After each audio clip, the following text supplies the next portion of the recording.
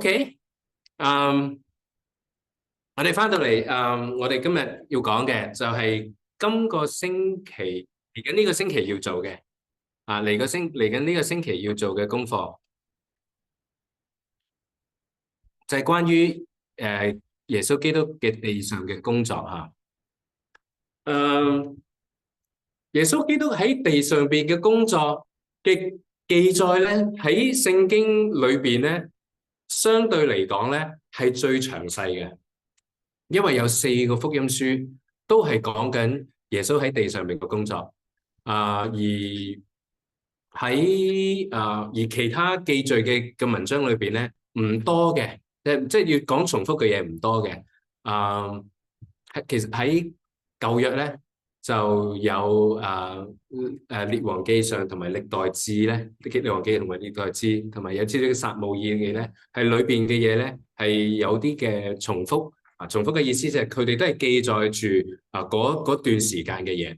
咁但係耶穌咧係講耶穌嘅記載咧係最詳盡嘅，係嗰4個角度。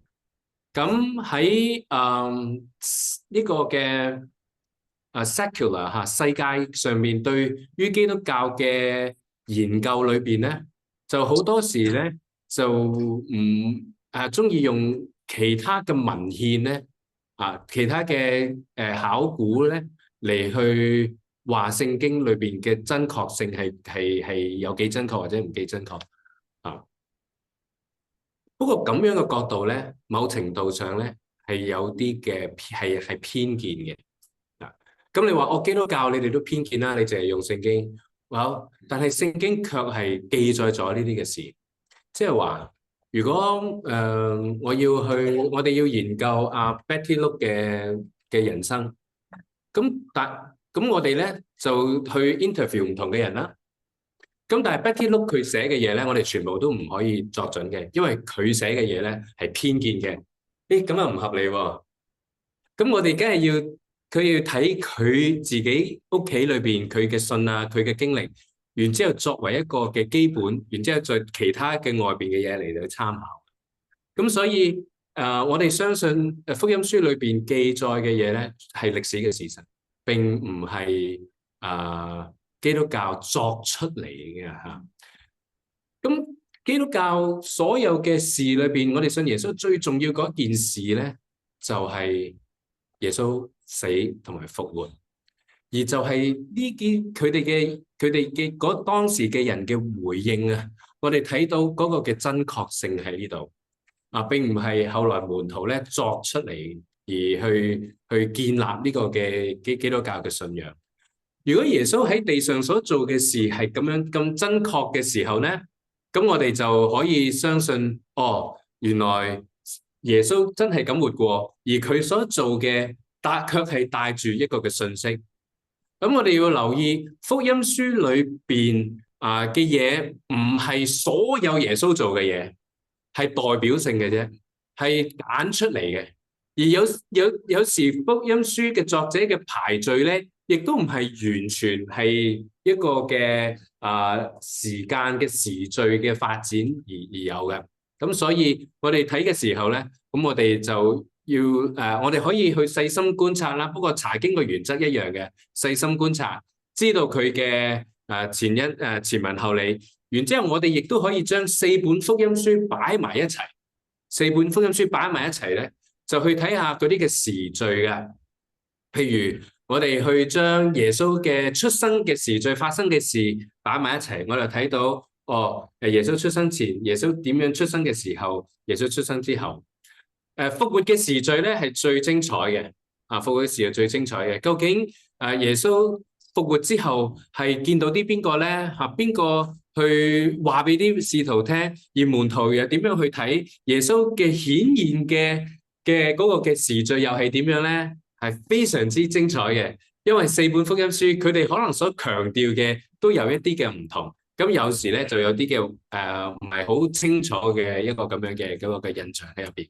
不過點都好，耶穌嘅事工喺成個聖經裏邊嘅一個嘅 highlight 嚟嘅，個高潮嚟嘅。耶穌嘅死，耶穌嘅復活，耶穌喺地上所做嘅一切，就係嗰個嘅 climax 啊嚇，嗰個嘅高潮。咁我哋從呢一點去睇成本聖經可以點樣睇咧？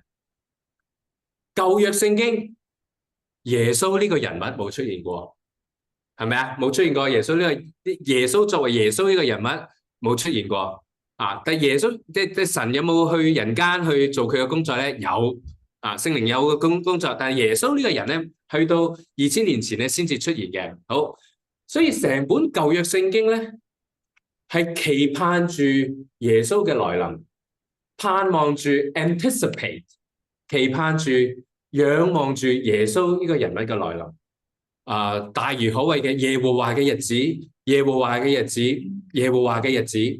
當舊約要去期待住呢個基督嘅時候咧，期待住兩件事嘅，其實佢嘅降臨同埋佢嘅再來。但係舊約睇唔清楚嘅，舊約嘅人離遠咁睇，我哋嘅彌賽亞會做啲嘢，但係佢睇咗呢個平面咁樣，佢睇住有咁多嘢發生，但係唔知道點樣發生，幾時發生。但係舊約就係話俾我哋聽，舊約個律法唔得，啲人唔得，咁點算咧？所以就係期盼住嗰個嘅基督來臨啦。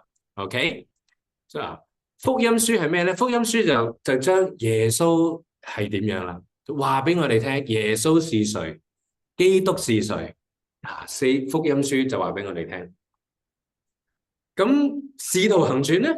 使徒行傳就係話耶穌走咗咯，耶穌走咗，咁呢個嘅福音嘅事工咧，耶穌嘅事工係點樣繼續去進展？教會點樣去建立？因為耶穌嘅原因，教會點咁容易上就最咁嘅書咁點啊？啲書卷咧就係解釋翻耶穌係邊個，解釋翻耶穌係邊個。然之後啟示錄咧就係耶穌嘅光榮嘅再臨，光榮嘅再臨。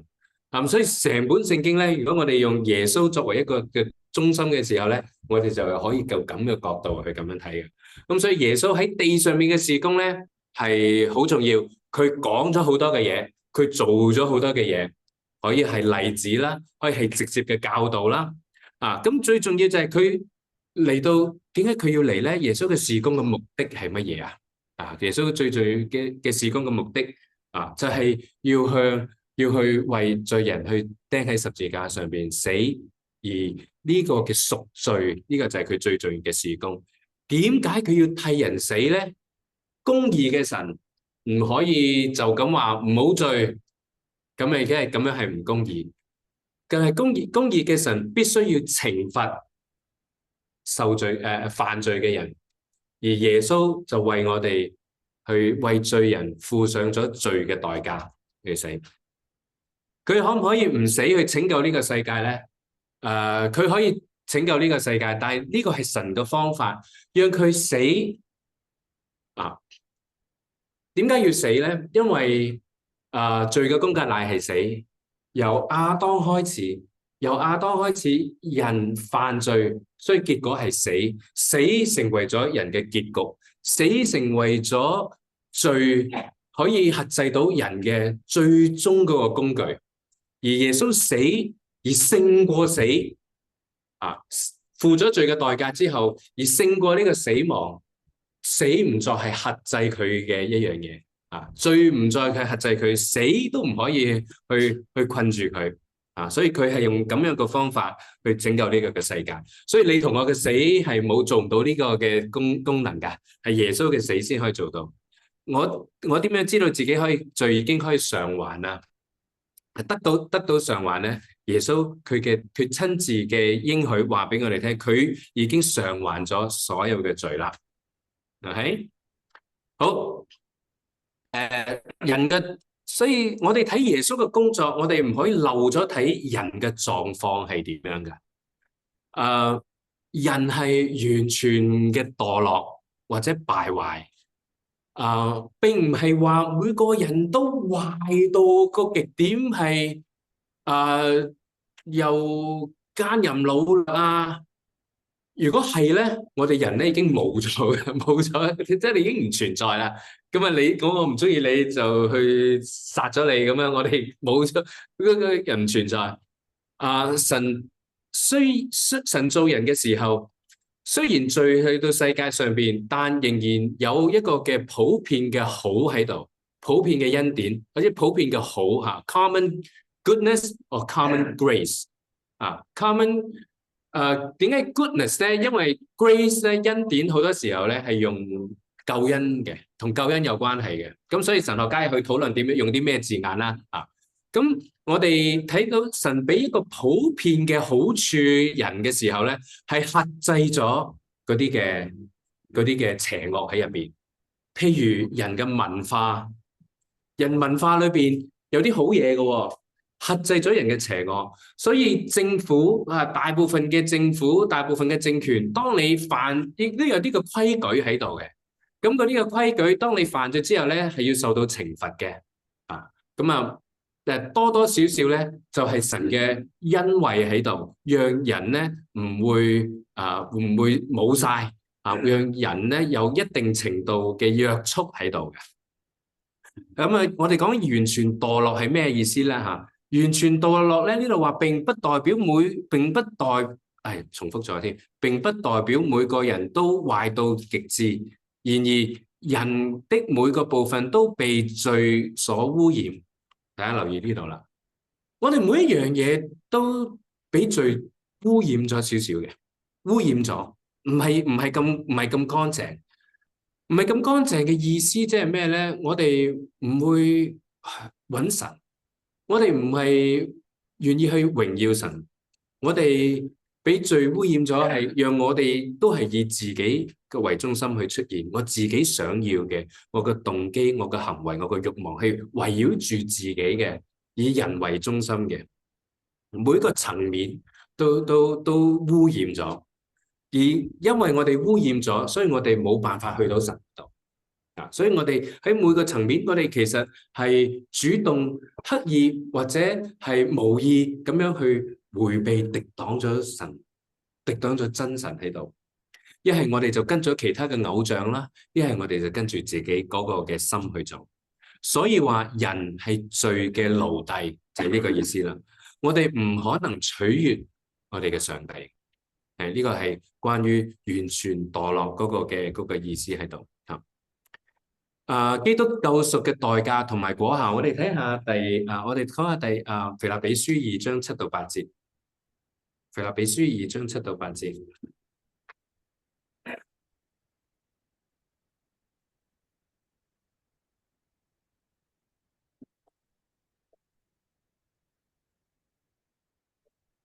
腓立比書嘅2章7到8節。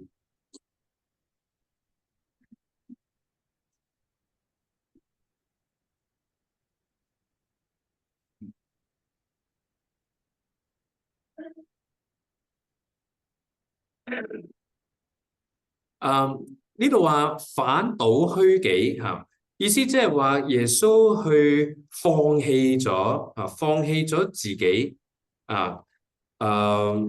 放棄咗自己嘅權利，而佢係取咗奴僕嘅形象，即係人嘅形象揾到啊？大家都揾到如果隔離左右幫手睇下，隔離左右揾唔揾到腓立比書嘅2章7到10節反倒虛己，取了奴僕嘅形象，成為人嘅樣式。既有人嘅樣子，就自己卑微，完全係自己去願意放低自己，自己願意放低自己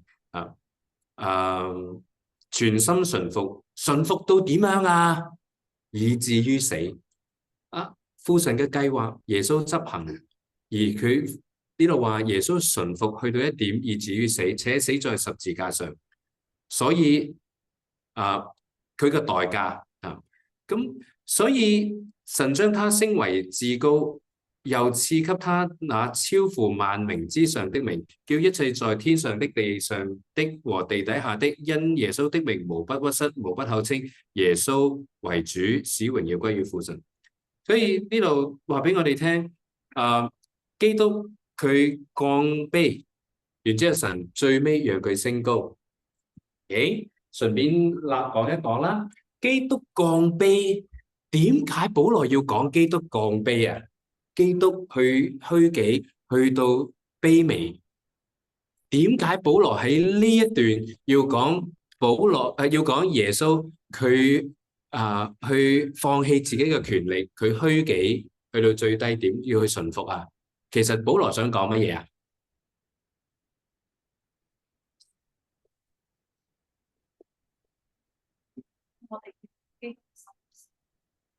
前一段係乜嘢啊？大家前一段上下文就得㗎啦。我哋要以基督嘅心為我哋嘅心，要做咩先？以基督嘅心為我哋嘅心做啲乜嘢啊？再上一段咧，再上幾節咧，要不要單看自己嘅事，也要顧別人的事？咁即係講緊乜嘢啊？要彼此相愛，佢哋有點解唔相愛啊？有冇講啊？佢哋結黨啊！原來講緊教會合一啊！原來講緊弟兄姊妹，我哋去彼此去服侍嘅時候咧，我哋嘅榜樣就係耶穌基督啊！我哋要看別人比自己強，我哋係咪咁樣嘅？服侍嘅時候係咪咁樣噶？看別人比自己強，別人但係我的意見比較好。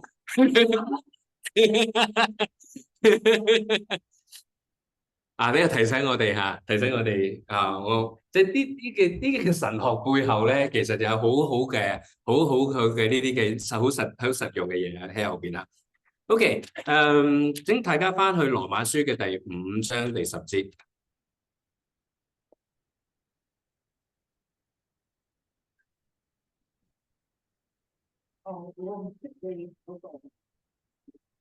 羅馬書第五章第10節。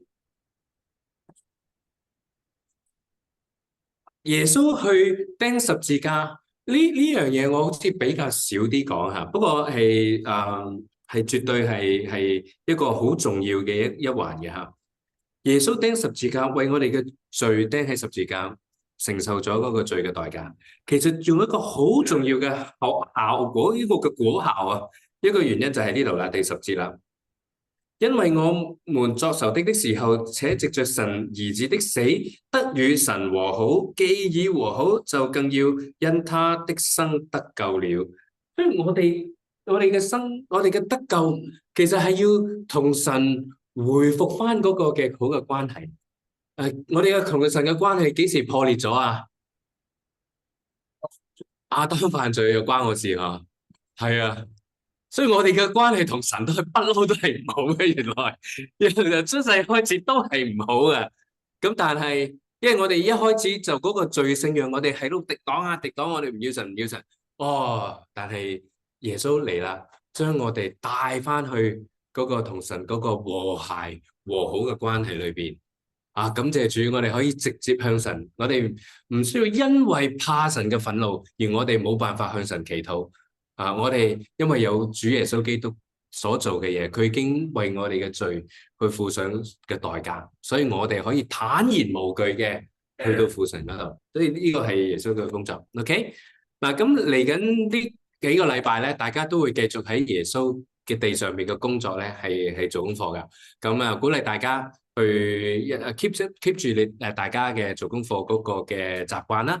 咁嚟緊2個星期去翻嚟分享11號母親節，我哋一齊翻嚟一齊大組一齊去小組分享。咁如果有問題咧，請係大家去發問下。咁我亦都請小組組長咧，如果有啲嘅問題，你覺得係幾好難啦，或者你覺得好有意思，我哋可以討論嘅話咧，咁你請佢同我講，我哋可以遲啲再去討論翻嘅。因為下一課講救恩又好有關係嘅，salvation 救恩係啲乜嘢？同耶穌嘅工作咧係當然係好直接嘅關係啦。咁所以我哋係可以 pick up 翻一啲嘅討論嘅去講嘅。如果有啲大家對裏邊有任何嘅問題，好嗎？OK，好，就請大家分組啦。